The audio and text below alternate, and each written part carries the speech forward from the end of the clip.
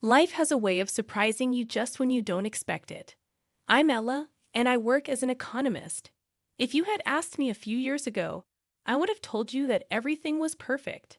A loving husband named Mark, a sweet daughter named Lily, and a comfortable home that belonged to us. But let's not jump ahead. Let me take you back to the beginning, to the days filled with dreams and plans for what lay ahead. It was a calm Sunday afternoon, the kind where the sun lazily peeks through the curtains, and the aroma of fresh bread from Mark's bakery wafts through the air. Mark was in the kitchen, his hands covered in flour, a focused expression on his face that always brought a smile to mine. "Hey, Ella, can you grab the vanilla extract? It's on the top shelf," Mark called out, still engrossed in his mixing bowl. I went to the pantry, reaching for the small bottle. "You could make things easier to reach for me. I teased, handing him the extract. Mark grinned, wiping his hands on his apron. "Where's the fun in that? I like it when you have to stretch," he said. I playfully rolled my eyes. "You're impossible, you know that." "That's why you married me," he quipped, turning back to his dough. Lily, our 6-year-old, lay sprawled on the living room floor, surrounded by her coloring books. She hummed a tune, completely absorbed in her artwork. "Mommy, look. I'm drawing a picture of our family," she exclaimed, waving me over. "That's fantastic, Lily." Turning to the bakery, I asked Mark, "Have you thought about our conversation on expanding?" My tone was a bit unsure. Mark's expression shifted, a frown appearing on his forehead. "Ella, we've discussed this. The bakery is doing well as it is. Why complicate things? But we could achieve so much more for Lily's future and maybe even get that dream house," I persisted. Mark sighed, running a hand through his hair. "I don't know, Mela. I like the bakery the way it is, small, manageable. I don't want the hassle of a larger place." I felt a hint of frustration but chose not to push it. Okay.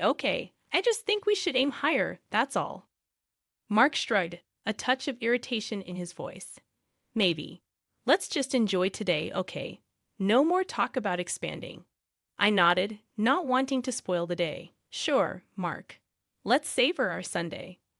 As the day came to an end, a sense of unease lingered. Mark and I had always been a team, dreaming and planning together. But lately, it felt like we were on different pages, especially concerning ambition and our future. As days passed and turned into weeks, the light-hearted banter between Mark and me lost its spark. The bakery, once a symbol of our shared dreams, became a stagnant reminder of what could have been.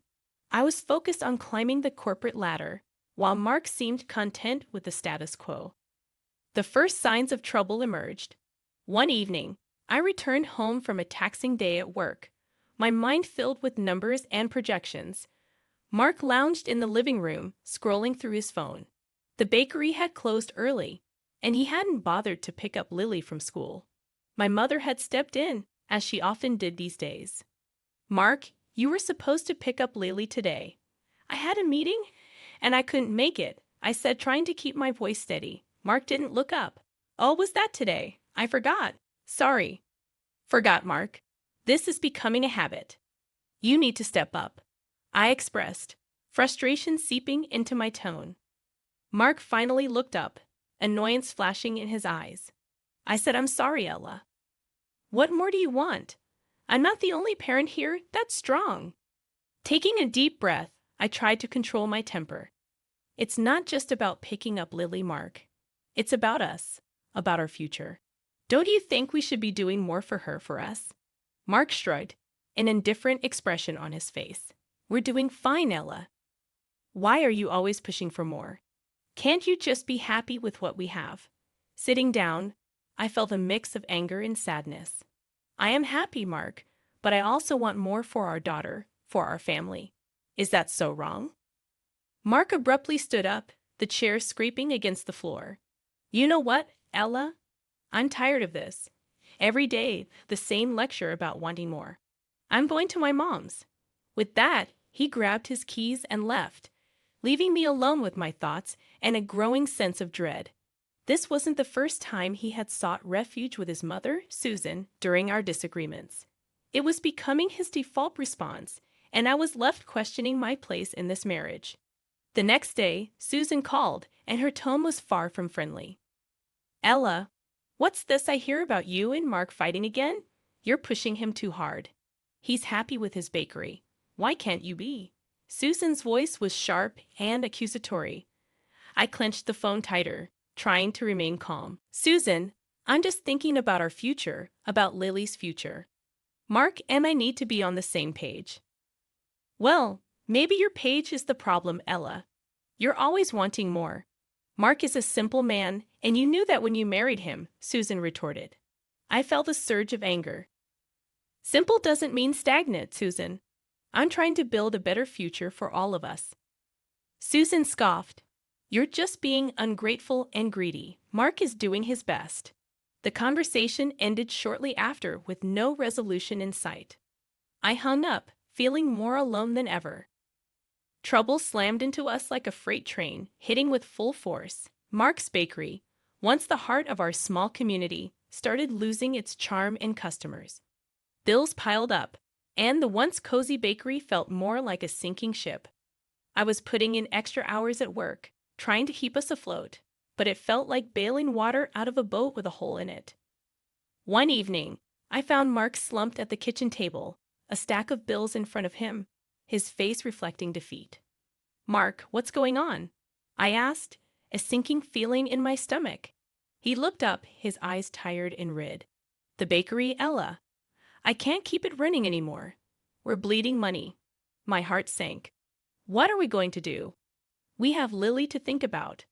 Mark ran his hands through his hair, a gesture of frustration I'd become all too familiar with. I don't know, Ella. I really don't. I never thought it would come to this. I sat down beside him, trying to process the news. Maybe it's time to consider other options. You could look for a job, at least until we figure things out. Mark's expression hardened. A job? Work for someone else? I'm a business owner, Ella, not some office drone. I tried to keep my voice calm. Mark, this isn't about pride. It's about our family, about making ends meet. He stood up abruptly, his chair scraping loudly against the floor, and stormed out of the room, leaving me with a pile of unpaid bills and a head full of worries. The next day, I decided to talk to Susan, hoping she might be able to get through to Mark. I dialed her number, my hands shaking slightly. Susan, it's about the bakery.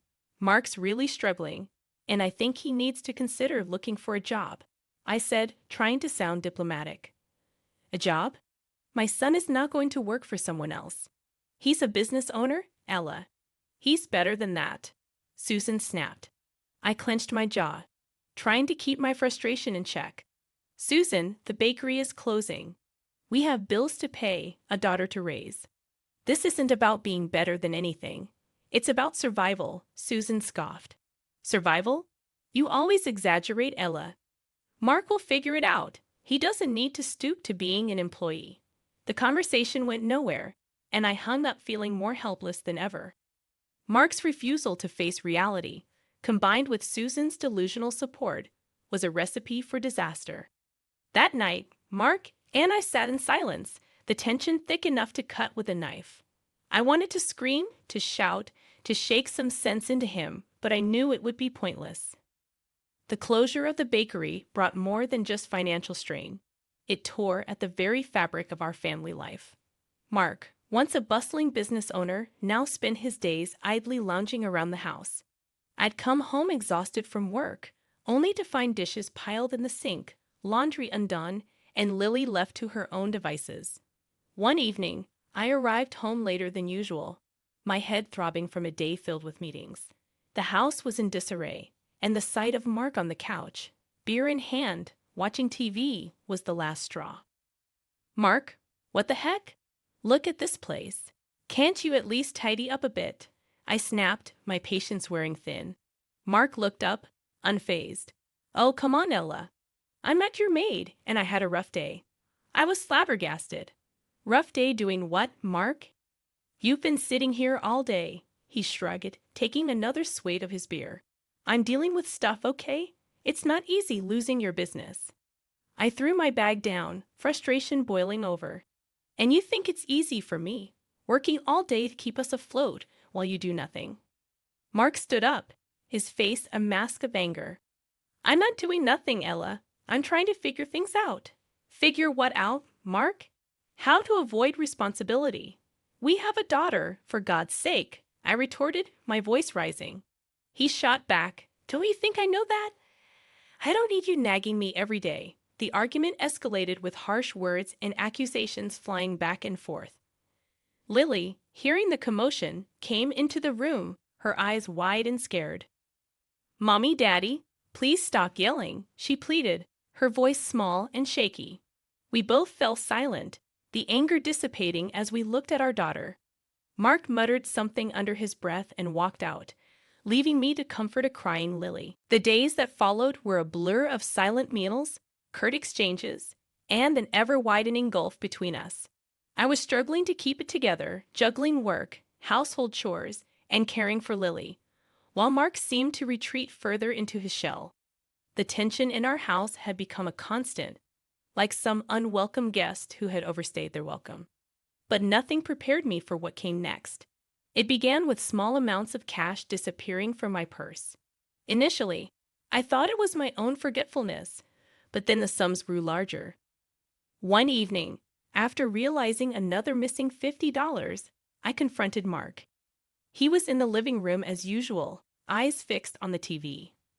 Mark, have you been taking money from my purse? I asked, attempting to keep my voice steady. He didn't look at me. What? No, why would I do that? I felt a surge of anger. Because it's missing, Mark, and I know I didn't spend it. Mark finally turned to face me, his expression defensive. Look, I needed some cash, okay? It's not a big deal. I was incredulous. Not a big deal? It's stealing, Mark, from your own wife. He stood up, his voice rising. I don't need a lecture, Ella. I took a bit of cash for beer. It's not like I'm blowing it on something stupid. I couldn't believe what I was hearing. Beer? You're stealing money for beer while I'm working day and night to keep the family together. Mark's face hardened. Yeah, beer. It's not like I have much else to enjoy these days. I felt a mix of anger and sadness. That's your excuse? I'm out there busting my back, and you're here drinking away our money. Mark scoffed. Oh, please, you're always so dramatic. It's just a few bucks. I took a deep breath, trying to calm down. This isn't just about the money, Mark. It's about trust. How can I trust you if you're stealing from me?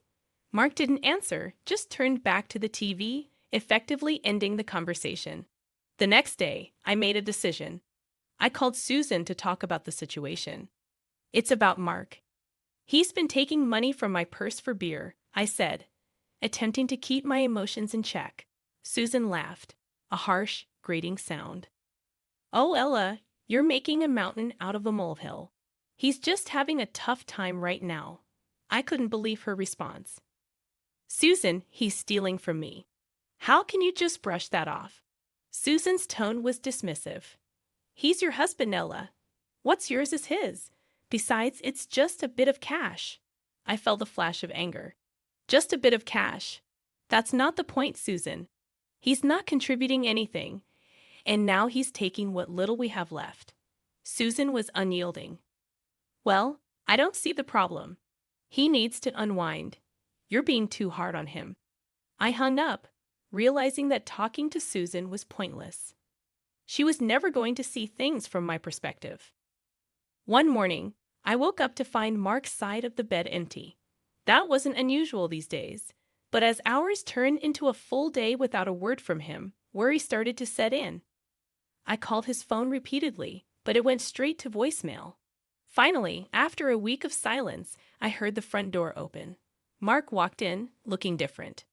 There was an unfamiliar air of confidence about him. He wasn't alone.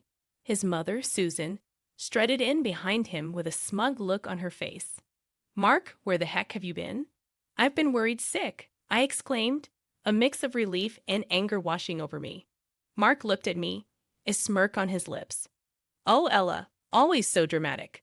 I have news. I was confused. News? What news?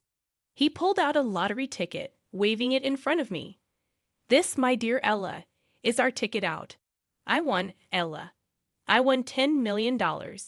My heart skipped a beat. What? How?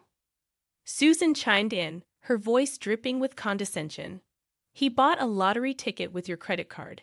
Looks like it was a smart investment after all. I was stunned. My credit card. You used my credit card without asking? Mark's smirk grew wider. Well, I needed something to cheer me up after all the nagging, and look, it paid off. The reality of the situation hit me like a ton of bricks. He had taken my card, bought a lottery ticket, and won. It was almost too much to take in. But, Mark, that's our money then. We won, I said, still trying to process the news. Mark's expression turned cold. No, Ella, I won, and with this money, I'm starting a new life without you. I felt as if the floor had been pulled from under me. What are you saying? He was blunt, his words cutting deep. I'm saying I'm leaving you, Ella. I'm tired of this life, tired of you. I want a fresh start, and now I can afford it. Susan laughed, a cruel sound that made my skin crawl. Oh, Ella, you really thought you were so smart, didn't you?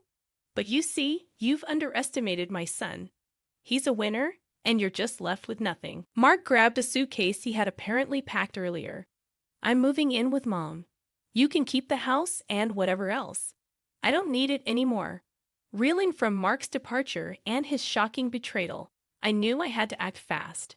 The first thing I did was call a lawyer, Mr. Jacobs, a no-nonsense man with a reputation for being tough and fair. Mr. Jacobs, my husband won the lottery with a ticket he bought using my credit card. And now he's leaving me and taking everything, I explained, my voice shaking with emotion. Mr. Jacobs listened intently, his voice calm and steady.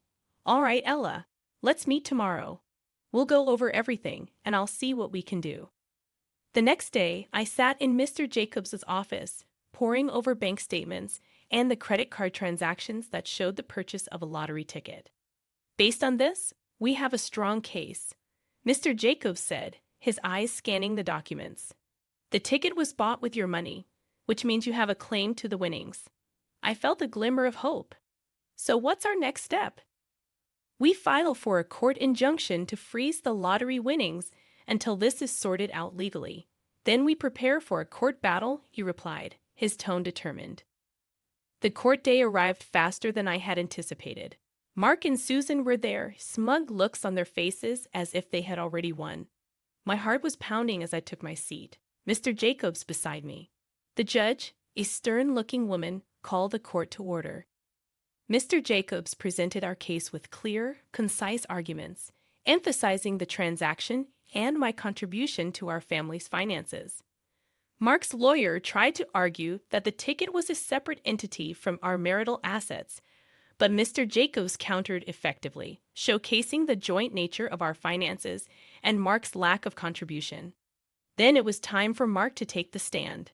His lawyer asked, Mr. Johnson, did you use your wife's credit card to purchase the lottery ticket? Mark replied with a hint of arrogance in his voice. Yes, but it was just a stroke of luck. It has nothing to do with her. And what were your intentions with the winnings? His lawyer continued. Mark glanced at me before answering, to start a new life. I was tired of being underappreciated and belittled. I felt a surge of anger, but remained silent. It was my turn to testify. Mr. Jacobs asked me, Mrs. Johnson, can you tell the court about your financial contributions to your household? I took a deep breath. I've been the primary breadwinner for the past few years. I paid the bills, took care of our daughter, and even supported Mark's mother financially. The judge listened intently, occasionally jotting down notes. After both sides presented their cases, she called for a recess before making her decision. The burden was excruciating. When summoned back in, the judge scrutinized both of us before announcing her decision.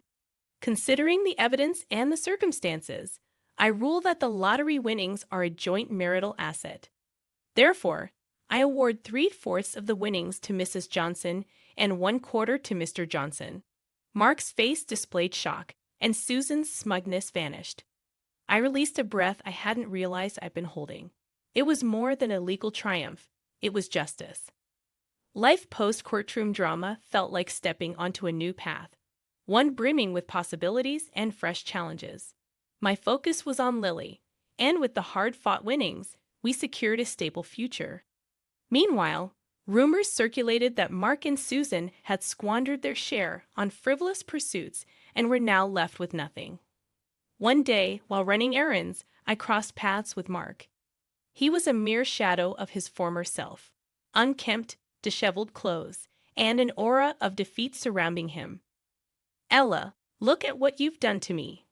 I'm broke and dead, and they're taking the house," he blurted out, his voice tinged with desperation.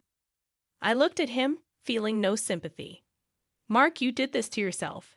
You and your mother couldn't handle the money, and now you're paying the price." He scowled, bitterness seeping through his words. "So you're just going to gloat, see me suffer?" I shook my head, my resolve unwavering. "I'm not gloating, Mark. I'm just living my life. You made your choices, and I made mine." He attempted to interject, but I cut him off. "You know, Mark, you and your mother never forgave me for claiming what was rightfully mine. You spent your share without a thought for the future. That's on you." Mark's face contorted with anger, but there was a hint of regret in his eyes. "You could have shared more. You could have." I interrupted him. "I could have what, Mark? Rescued you after you betrayed me? After you and your mother ridiculed me? No, I've moved on." He stood there defeated as I walked away. In that moment, I realized how far I had come. I had faced betrayal and heartache, but I hadn't let it break me. Instead, I built a better life for Lily and me, a life founded on hard work and prudent choices.